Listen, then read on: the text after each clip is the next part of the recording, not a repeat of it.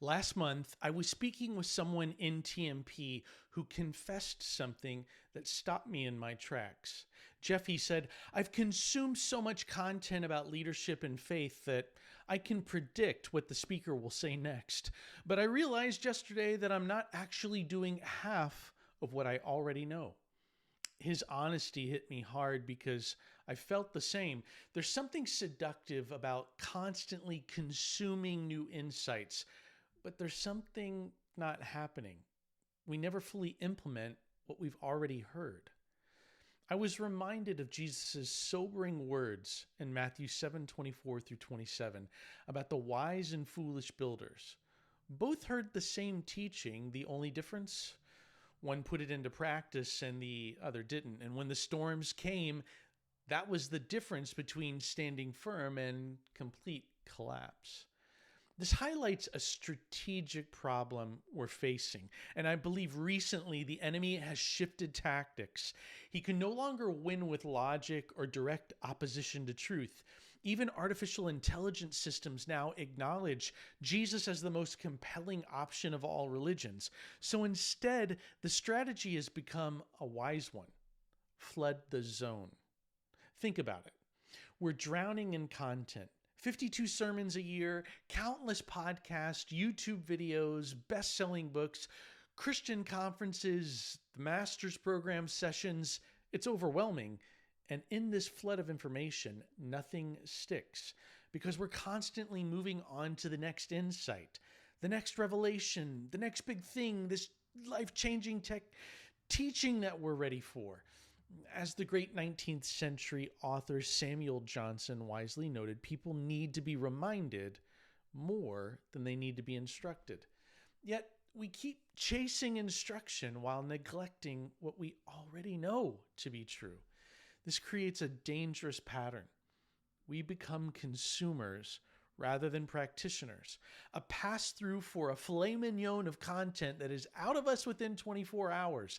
Then we develop a kind of truth fatigue where we've seen so many perspectives that we've become skeptical of all of them. That sounds true for now. We think quickly before moving on to the next trend. The difference between knowing and doing is critical. It's not complex spiritual concepts that transform us. It's simple obedience to what we already know. This is the essence of discipleship, not just hearing, but doing.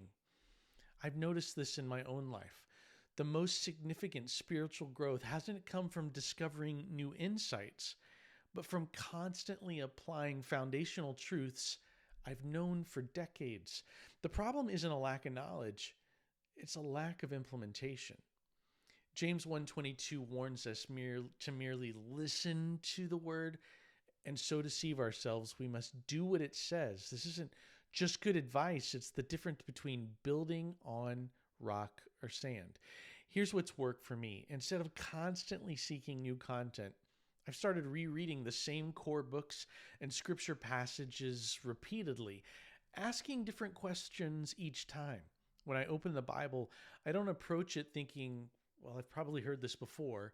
Instead, I ask, what are you showing me today that I've missed before? I've returned to my TMP binders with fresh eyes, writing new insights in the margins, journaling prayers based on core principles I already know. But I want to implement them more fully.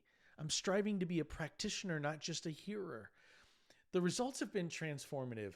By focusing deeply on fewer inputs, emphasizing implementation, I've experienced more growth than when I was constantly consuming new content.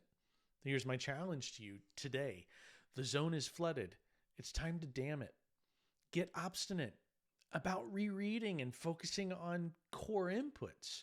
Choose 3 key spiritual resources, perhaps scripture, your TMP materials, and one other wisdom book, and commit to mining them deeply rather than moving on to the next thing.